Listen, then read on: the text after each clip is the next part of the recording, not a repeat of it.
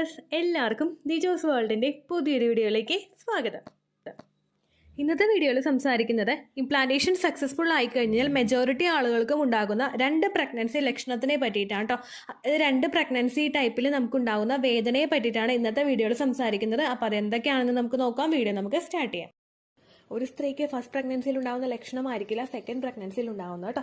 അപ്പോൾ ലക്ഷണങ്ങൾ കാണുന്നുണ്ടോ എന്ന് മാത്രം നിങ്ങൾ നോക്കുക. കാണുന്നില്ലെങ്കിലും കാണുന്നുണ്ടെങ്കിലും നിങ്ങൾ ബോഡി ഓവുലേഷൻ കഴിഞ്ഞതിന് ശേഷം നന്നായിട്ട് കെയർ ചെയ്യുക. ഓവുലേഷൻ കഴിഞ്ഞതിന് ശേഷം ബോഡി കെയർ ചെയ്യേണ്ടത് എങ്ങനെയാണെന്ന് വെച്ച് കഴിഞ്ഞാൽ ഫിസിക്കൽ കോൺടാക്ട് ചെയ്യാതിരിക്കുക, ധാരാളം വെള്ളം കുടിക്കുക, എത്രത്തോളം വെള്ളം കുടിക്കാൻ പറ്റുമോ അത്രത്തോളം വെള്ളം കുടിക്കുക, മൈൽഡ് ആക്ട് എക്സസൈസുകൾ ചെയ്യുക, ജോലി ചെയ്യുന്ന സമയത്ത് ശരീരത്തിന് കെയർ കൊടുക്കുക, ഒരുപാട് കുമ്പിട്ട് നിവർന്നുള്ള ജോലികൾ ചെയ്യാതിരിക്കുക, ഔട്ട്സൈഡ് ഫുഡ് അവോയ്ഡ് ചെയ്യുക, അതുപോലെ തന്നെ വീട്ടിൽ കുക്ക് ചെയ്തിട്ടുള്ള ഹെൽത്തി ആയിട്ടുള്ള ഫ്രൂട്ട്സും വെജിറ്റബിൾസും ഒക്കെ കഴിക്കുക കേട്ടോ. അങ്ങനെ നിങ്ങൾക്ക് പ്രഗ്നൻസി സപ്പോർട്ട് ചെയ്ത് കൊടുക്കാനായിട്ട് സാധിക്കും. ഇനി ഞാൻ ഈ പറയുന്നത് എന്താണ് വിഷയമെന്ന് നമുക്ക് നോക്കാം. വീഡിയോ നമുക്ക് സ്റ്റാർട്ട് ചെയ്യാം കേട്ടോ. ഏറ്റവും ആദ്യത്തെ ലക്ഷണം എന്ന് പറയുന്നത്, ഇവിടെ അപ്പോൾ നമ്മൾ സംസാരിക്കുന്നത് നമ്മുടെ അടിവയറിന് താഴെയുള്ള ഭാഗത്തുണ്ടാവുന്ന പ്രഗ്നൻസിയുടെ ലക്ഷണത്തിനെ പറ്റിയിട്ടാണ്. സംസാരിക്കാൻ പോകുന്നത് പ്യൂബിക് പെയിനിനെ പറ്റിയിട്ടാണ്. അപ്പോൾ നമുക്ക് വീഡിയോ സ്റ്റാർട്ട് ചെയ്യാം. നമ്മളിൽ സാധാരണ പ്രഗ്നൻ്റ് ആകുന്ന ഒരു സമയത്ത് നമ്മുടെ ശരീരത്തിൽ പ്രൊജസ്ട്രോൺ ഹോർമോണിൻ്റെ ലെവൽ ഒന്ന് ഇൻക്രീസ് ആകാറുണ്ട്. നോർമലി നമ്മുടെ ലൂട്ടിയൽ ഫേസിൽ, അതായത് ഓവുലേഷൻ കഴിഞ്ഞിട്ടുള്ള ഒരു സമയത്ത് നമ്മുടെ ശരീരത്തിൽ ഉണ്ടാകുന്നത് പ്രൊജസ്ട്രോൺ ഹോർമോൺ ആണ്. ഈ പ്രൊജസ്ട്രോൺ ഹോർമോൺ നമ്മുടെ ഇംപ്ലാന്റേഷൻ സക്സസ്ഫുൾ ആയിട്ടില്ല എങ്കിൽ അതങ്ങോട്ട് ഷെഡായി പ്രൊജസ്ട്രോൺ ഹോർമോണിൻ്റെ ലെവൽ അങ്ങോട്ട് കുറയുന്നു, നമുക്ക് ബ്ലീഡിങ് വരുന്നു. എന്നാൽ നമുക്ക് ഇംപ്ലാന്റേഷൻ സക്സസ്ഫുൾ ആയി എങ്കിൽ, ഇംപ്ലാന്റേഷൻ സക്സസ്ഫുൾ ആയിട്ട് കഴിഞ്ഞ് കഴിഞ്ഞാൽ നമ്മുടെ ശരീരത്തിൽ ഒരു പ്രൊജസ്ട്രോൺ ഹോർമോണിൻ്റെ ലെവൽ ഒന്ന് ഇൻക്രീസ് ആകും. നമ്മുടെ ശരീരം പറയും പ്രൊജസ്ട്രോൺ വേണ്ട, ഹോർമോൺ റിഡ്യൂസ് ആകണ്ട, നോർമലായിട്ടുള്ള രീതിക്ക് തന്നെ പോയാൽ മതി എന്നുള്ളൊരു സിഗ്നൽ നമ്മുടെ ശരീരത്തിൽ കിട്ടും. അപ്പോൾ ഈ പ്രൊജസ്ട്രോൺ ഹോർമോൺ, നിങ്ങൾ പ്രഗ്നൻ്റ് ആകുന്നൊരു സമയത്ത് പ്രൊജസ്ട്രോൺ ഹോർമോൺ പുറപ്പെടുവിപ്പിക്കുന്ന റിലാക്സിൻ എന്ന് പറയുന്നത്, ഈ റിലാക്സിൻ നമ്മുടെ ജോയിൻസിനെയും അതുപോലെ തന്നെ നമ്മുടെ ലിഗമെൻസിനെയും ഒക്കെ ഒന്ന് റിലാക്സ് ആക്കുന്നു. കാരണം എന്തിനാണെന്ന് വെച്ച് കഴിഞ്ഞാൽ യൂട്രസ് അവിടെ ഗ്രോ ആകാനായിട്ട് തയ്യാറായിക്കൊണ്ടിരിക്കുകയാണ്. നമ്മുടെ ബേബി അവിടെ ഇംപ്ലാന്റ് ആയി. ബേബി ഇംപ്ലാന്റ് ആയി കഴിഞ്ഞ് കഴിഞ്ഞാൽ പിന്നെ നമ്മുടെ മസിലെല്ലാം സാധാരണ രൂപത്തിലല്ല നിൽക്കുന്നത്, അതൊന്ന് സ്ട്രെച്ച് ആവാനായിട്ട് തയ്യാറായിക്കൊണ്ടിരിക്കും. അപ്പോൾ ഈ സ്ട്രെച്ച് ആവാനായിട്ട് തയ്യാറാകുമ്പോഴേക്കും അത് സ്ട്രെച്ച് ആവാൻ വേണ്ടിയിട്ട് അവിടെ പ്രൊഡ്യൂസ് ആകുന്ന ഒന്നാണ് റിലാക്സിൻ എന്ന് പറയുന്ന ഒരു ഹോർമോൺ. ഈ റിലാക്സിൻ ഹോർമോൺ ഉണ്ടാകുന്നതിൻ്റെ ഭാഗമായിട്ട് നമുക്ക് അവിടെ പ്യൂബിക് പെയിൻ അനുഭവപ്പെടുന്നു. ഈ പ്യൂബിക് പെയിൻ നമുക്ക് ഉണ്ടാകുന്നത് നമ്മുടെ പെൽവിക് ഫ്ലോർ മസിലിൻ്റെ ഭാഗത്താണ്. പ്യൂബിക് പെയിൻ നമുക്ക് നോർമലി ഫീൽ ചെയ്യുന്നത് നമ്മുടെ അടിവയറിന് താഴെയുള്ള ഭാഗം, നമ്മുടെ 2 കാലുകളും നമ്മുടെ കാലിൻ്റെ ഇടയിലുള്ള ഭാഗത്താണ് നമുക്ക് ഈ ഒരു വേദന അനുഭവപ്പെടുന്നത്. ഞാൻ ഇവിടെ ഇമേജ് കൊടുക്കാം, അപ്പോൾ നിങ്ങൾക്ക് കൃത്യമായിട്ട് മനസ്സിലാവും കേട്ടോ. നമ്മുടെ വജൈനയുടെ സ്കിന്നിൻ്റെ ആ ഒരു ഭാഗത്തുള്ള ഒരു ഏരിയയിലാണ് നമുക്ക് ഈ ഒരു പ്യൂബിക് പെയിൻ അനുഭവപ്പെടുന്നത്. നോർമലി ഈ ഒരു പെയിൻ നമുക്കുണ്ടാകുന്നത് അങ്ങോട്ട് കുത്തിക്കൊള്ളുന്നത് പോലെ, ജസ്റ്റ് നമുക്ക് ഇപ്പോൾ അടിവയറൊക്കെ ഒരു നീര് വീഴില്ലേ, അടിവയറ് നീര് വീഴുന്നൊരു സമയത്ത് നമുക്കൊരു വേദന ഉണ്ടാവുമല്ലോ, ഒന്നും ഇങ്ങനെ കുത്തി ഒരു പ്രഷർ വരുന്നത് പോലുള്ള ഒരു വേദന നമുക്കുണ്ടാവുമല്ലോ. ഈ ഒരു വേദനയായിരിക്കും നിങ്ങൾക്ക് ആ ഒരു ഭാഗത്ത് ഫീൽ ചെയ്യുന്നത്. അങ്ങനെ ഉണ്ടാകാനായിട്ടുള്ളൊരു കാരണം നമ്മുടെ ആ ഒരു മസിൽസൊക്കെ ഒന്ന് സ്ട്രെച്ച് ആവുന്നത് കൊണ്ടാണ്. നോർമലി നമ്മളിപ്പോൾ പ്രഗ്നൻ്റ് ആയിട്ടുള്ള ഒരു സ്ത്രീക്ക് ഫസ്റ്റ് പ്രഗ്നൻസി കഴിഞ്ഞു, ഫസ്റ്റ് പ്രഗ്നൻസി ആണ്, നമ്മളിപ്പോൾ ലാസ്റ്റത്തെ ട്രൈമസ്റ്ററിൽ ലേബർ നമ്മൾ വെയിറ്റ് ചെയ്ത് നിൽക്കുകയാണെങ്കിൽ ആ ഒരു സമയത്ത് നമുക്ക് ഈ ഒരു വേദന ഫീൽ ചെയ്യും. കാരണം എങ്ങനെയാണെന്ന് വെച്ച് കഴിഞ്ഞാൽ ആ ഒരു സമയത്ത് നമ്മുടെ ആ ഒരു ബോൺസും അതുപോലെ തന്നെ ജോയിൻസും ഒക്കെ ഒന്ന് റിലാക്സ് ആയിട്ട് വരും, ആ നോർമൽ ഡെലിവറി ഫേസ് ചെയ്യാൻ വേണ്ടിയിട്ട്. ഇങ്ങനെ റിലാക്സ് ആവുന്നതിൻ്റെ ഭാഗമായിട്ട് നമുക്ക് ആ ഒരു കാലുകൾക്കിടയിലുള്ള ഭാഗത്ത് വേദന അനുഭവപ്പെടാം. അതുപോലെ തന്നെ ഏർലി സ്റ്റേജിൽ നമുക്ക് ഇത്തരത്തിലുള്ള വേദനകൾ ഉണ്ടാവാറുണ്ട്. നോർമലി ഈ ഒരു വേദന നമുക്ക് റെക്കഗ്നൈസ് ചെയ്യാനായിട്ട് സാധിക്കുന്നത് നമ്മൾ പെട്ടെന്നൊന്ന് കിടക്കുന്ന ഒരു സിറ്റുവേഷനിൽ, കിടന്നിട്ട് നമ്മളൊന്ന് എണീക്കുന്ന ഒരു സിറ്റുവേഷനിൽ, നമ്മൾ കുനിയുന്ന സിറ്റുവേഷനിൽ, അതുപോലെ തന്നെ ഒരു കാറിലോ മറ്റോ ഒന്ന് ജസ്റ്റ് ഒന്ന് കയറി അങ്ങോട്ട് ഇരിക്കുന്ന, വെപ്രാളത്തിലൊന്ന് കയറി ഇരിക്കുന്ന ഒരു സമയത്ത്, ഇരുന്ന് നമ്മളൊന്ന് എഴുന്നേൽക്കുന്ന സമയത്ത്, ഇങ്ങനെയൊക്കെയാണ് നമുക്ക് ഈ ഒരു ലക്ഷണങ്ങളൊക്കെ കാണാനായിട്ട് തുടങ്ങുന്നത്. സാധാരണയായിട്ട് പല സ്ത്രീകളിലും ഏറ്റവും കൂടുതൽ കോമൺ ആയിട്ട് കാണപ്പെടുന്ന ഒരു പ്രഗ്നൻസിയുടെ ലക്ഷണമാണ് ഈ ഒരു പ്യൂബിക് പെയിൻ എന്ന് പറയുന്നത്. പക്ഷേ നിങ്ങൾ പ്രഗ്നൻ്റ് ആയിക്കഴിഞ്ഞിട്ട് ഇപ്പോൾ നിങ്ങൾക്ക് പ്രഗ്നൻസി പോസിറ്റീവായിട്ട് നിങ്ങൾക്ക് ഇത്തരത്തിലുള്ള പ്യൂബിക് പെയിൻ നിങ്ങൾക്ക് അനുഭവപ്പെടുന്നുണ്ടെങ്കിൽ, ആ ഒരു പെയിനിൻ്റെ ആഘാതം വളരെയധികം കൂടുതലാണെങ്കിൽ നിങ്ങൾ ഡോക്ടറെ കണ്ടത് സംസാരിക്കണം കേട്ടോ. കാൽസ്യമോ അല്ലെങ്കിൽ വിറ്റമിൻ ഡിയുടെ മെഡിസിനോ അല്ലെങ്കിൽ പാല് കുടിക്കുന്നതോടുകൂടിയോ മുട്ട കഴിക്കുന്നതോ ചിക്കൻ കഴിക്കുന്നതോ ഒക്കെ ചെയ്ത് കഴിഞ്ഞ് കഴിഞ്ഞാൽ നിങ്ങൾക്ക് ആ ഒരു പ്യൂബിക് പെയിനെ നിയന്ത്രിച്ച് കൊണ്ടുവരാവുന്നതാണ്. കൂടുതലായിട്ടൊരു പെയിൻ നിങ്ങൾക്ക് അനുഭവപ്പെട്ട് കഴിഞ്ഞാൽ പ്രഗ്നൻസി സമയത്ത് ഒരുപാട് ഡിസ്കംഫർട്ട് അത് ഉണ്ടാക്കും. അപ്പോൾ ആ ഒരു കാര്യം ശ്രദ്ധിക്കുക. നിങ്ങൾക്ക് ഇത്തരത്തിലുള്ള വേദനകൾ വരുന്നുണ്ടെങ്കിൽ ശരീരം ഒന്ന് ശ്രദ്ധിച്ചോളൂ കേട്ടോ. രണ്ടാമത്തെ ലക്ഷണം എന്ന് പറയുന്നത്, പീരിയഡ്സ് ആകാൻ പോകുന്നത് പോലുള്ള ഒരു വേദന ഉണ്ടാകുന്ന തരത്തിലുള്ള പ്രഗ്നൻസി ലക്ഷണം. അതായത് നമുക്ക് പീരിയഡ്സ് വന്ന് നിൽക്കുന്നത് പോലുള്ള ഒരു വേദന നമുക്ക് അനുഭവപ്പെടുക. പ്രഗ്നന്റ് ആയിട്ടുള്ള പല സ്ത്രീകൾക്കും ഈ ഒരു വേദന അനുഭവപ്പെടുന്നുണ്ട് കേട്ടോ. നമ്മുടെ ചാനലിൽ തന്നെ ഒരു ദിവസം ഒരുപാട് പേര് പറയുന്നുണ്ട്, ചേച്ചി പീരിയഡ്സ് ആകാൻ പോകുന്നത് പോലുള്ള ഒരു വേദന വരുന്നുണ്ട്, ഈ മാസവും എനിക്ക് നഷ്ടമായി പോയി എന്ന് വിചാരിക്കുന്നു എന്ന് ചിന്തിക്കുന്ന ഒരുപാട് പേരുണ്ട് കേട്ടോ. അപ്പോൾ എന്തുകൊണ്ടാണ് ഇങ്ങനൊരു വേദന ഉണ്ടാകുന്നത് എന്ന് നമുക്ക് നോക്കാം കേട്ടോ. പീരിയഡ്സ് ആകുന്നതിന് മുൻപാണെങ്കിലും നമ്മുടെ മസിൽസ് ഒക്കെ ഒന്ന് കോൺട്രാക്ഷൻസ് സംഭവിച്ചിട്ടാണ് നമുക്ക് പീരിയഡ്സ് ആകുന്നത്. ഇനി നമുക്ക് പ്രഗ്നൻസി ആണ് ആകുന്നതെങ്കിൽ നമ്മുടെ മസിൽസ് ഒക്കെ ഒന്ന് സ്ട്രെച്ച് ആകുന്നുണ്ട്. സ്ട്രെച്ച് ആകാനായിട്ടുള്ള കാരണം എന്ന് പറയുന്നത് നമ്മുടെ യൂട്രസ് അതുവരെ നിൽക്കുന്ന ഒരു സ്ഥിതിയിൽ നിന്നും അതൊന്ന് എക്സ്പാൻഡ് ആവാനായിട്ട് തുടങ്ങും.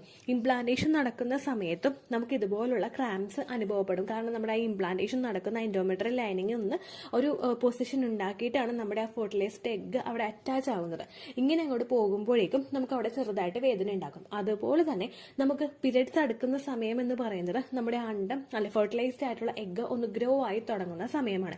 ഈ സമയത്തൊക്കെ എന്ന് പറഞ്ഞു കഴിഞ്ഞാൽ നമ്മുടെ മസിൽസ് ഒക്കെ ഒന്ന് വികസിക്കാനായിട്ട് തുടങ്ങും. നമ്മളുടെ ശരീരത്തിൽ റിലാക്സിൻ എന്ന് പറയുന്ന ഒരു ഹോർമോൺ പുറപ്പെടുവിപ്പിക്കാനായിട്ട് തുടങ്ങും. റിലാക്സിൻ ഹോർമോൺ ശരീരത്തിൽ കൂടുമ്പോഴേക്കും അതിന്റെ ഭാഗമായിട്ട് നമ്മുടെ മസിൽസിലും ജോയിന്റ്സിലും ലിഗമെന്റ്സിലും ഒക്കെ വേദന അനുഭവപ്പെടും.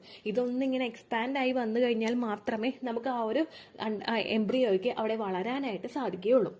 ഒരിക്കലും യൂട്രസിന് പെട്ടെന്ന് അങ്ങോട്ട് ഗ്രോ ആകാനായിട്ട് സാധിക്കില്ല. അത് ഗ്രോ ആകാൻ വേണ്ടിയിട്ട് ബാക്കിയുള്ള അതിന് ചുറ്റുമുള്ള മസിൽസ് ഒക്കെ ഒന്ന് സ്ട്രെച്ച് ആകണം, അതായത് ഒന്ന് വലിയണം. ഇതൊന്ന് വലിയണമെങ്കിൽ നമ്മുടെ ആ ഒരു സ്ഥിതിയിൽ നിൽക്കുന്ന ആ മസിൽസും ലിഗമെന്റ്സും ഒക്കെ ഒന്ന് സ്ട്രെച്ച് ആകണമെങ്കിൽ നമുക്ക് അവിടെ വേദന അനുഭവപ്പെടൂലേ. ഈ വേദന ഉണ്ടാകുന്നതിന്റെ ഭാഗമായിട്ടാണ് പലർക്കും തന്നെ പീരിയഡ്സ് ആകാൻ പോകുന്നത് പോലുള്ളൊരു ബുദ്ധിമുട്ട് ആ ഒരു സ്റ്റാർട്ടിംഗ് സ്റ്റേജിൽ തന്നെ അനുഭവപ്പെടുന്നത് കേട്ടോ. ഇനി ഈ വേദനയുടെ ദൈർഘ്യം എത്രത്തോളം ഉണ്ടാകുമെന്നും ഡെപ്ത് എത്രത്തോളം ഉണ്ടാകുമെന്നും നമുക്ക് നോക്കാം. ഈ പീരിയഡ്സ് ആകാൻ പോകുന്നത് പോലെ നമുക്കുണ്ടാവുന്ന പ്രഗ്നൻസിയുടെ ആ ഒരു ലക്ഷണം ഒരിക്കലും നമുക്കുണ്ടാകുന്ന ഹെവി ആയിട്ടുള്ള ബ്ലീഡിംഗ് ആയിരിക്കില്ല. ഹെവി ആയിട്ടുള്ള ക്രാംസ് ആയിരിക്കില്ല.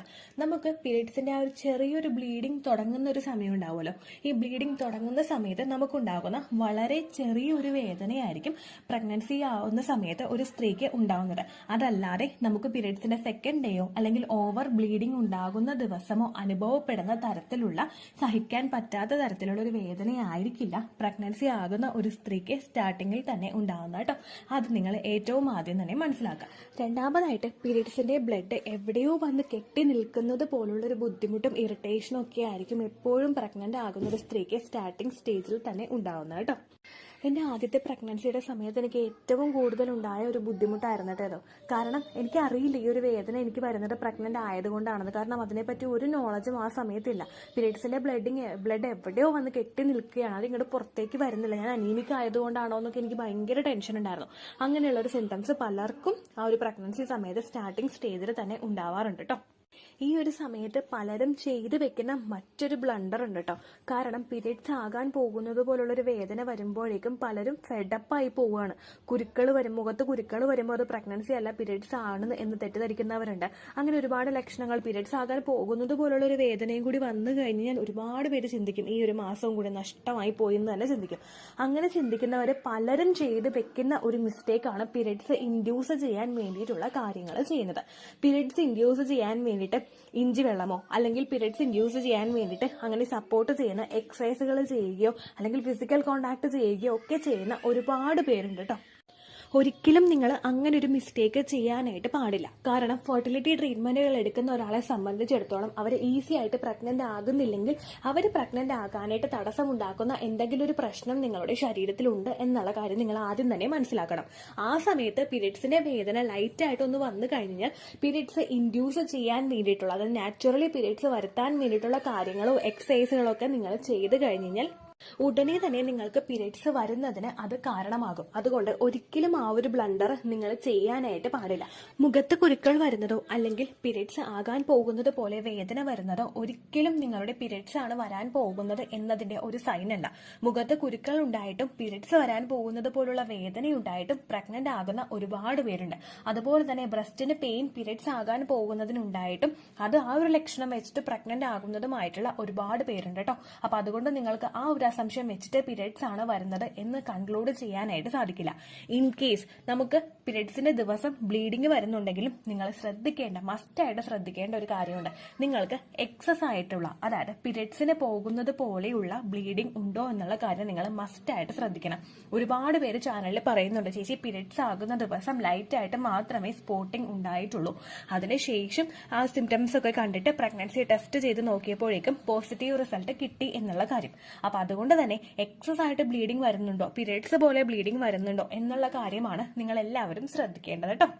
അങ്ങനെ ഒരു ബ്ലീഡിംഗ് നിങ്ങൾക്ക് വരുന്നില്ല എങ്കിൽ നിങ്ങൾക്ക് പ്രതീക്ഷിക്കാനായിട്ട് ഇനിയും വഴിയുണ്ട് എന്നുള്ള കാര്യം നിങ്ങൾ മനസ്സിലാക്കണം കേട്ടോ. ഇത്രയേ ഉള്ളൂ വീഡിയോ.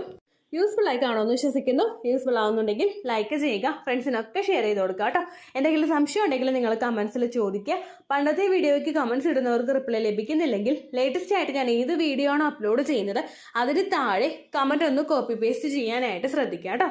അതുപോലെ ഓവുലേഷൻ ഡേറ്റ് കാൽക്കുലേറ്റ് ചെയ്ത് തരാനായിട്ട് റിക്വസ്റ്റ് ചെയ്യുന്ന ആളുകൾ എത്രയാണോ സൈക്കിൾ ലെങ്ത് അത് മെൻഷൻ ചെയ്യാനായിട്ട് ശ്രദ്ധിക്കുക.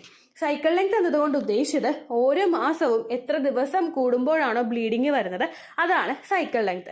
കഴിഞ്ഞ മാസം ഒരു 8-ാം തീയതിയാണ് ബ്ലീഡിംഗ് ആയതെങ്കിൽ ഈ മാസം 6-ാം തീയതിയാണ് ബ്ലീഡിംഗ് ആയതെങ്കിൽ കഴിഞ്ഞ മാസം 8-ാം തീയതി മുതൽ ഈ മാസം 6-ാം തീയതി വരെ എത്ര ദിവസമുണ്ടോ അത് കാലണ്ടറിൽ എണ്ണി തിട്ടപ്പെടുന്നതാണ് നിങ്ങളുടെ സൈക്കിൾ ലെങ്ത്.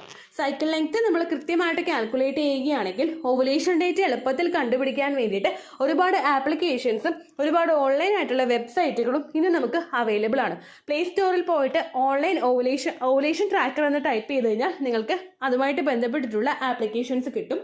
അത് പറ്റുന്നില്ല എങ്കിൽ ഗൂഗിളിൽ പോയിട്ട് ഓൺലൈൻ ഓവുലേഷൻ കാൽക്കുലേറ്റർ എന്ന് ടൈപ്പ് ചെയ്ത് കഴിഞ്ഞാൽ അതുമായിട്ട് ബന്ധപ്പെട്ടിട്ടുള്ള വെബ്സൈറ്റുകൾ നിങ്ങൾക്ക് കിട്ടും.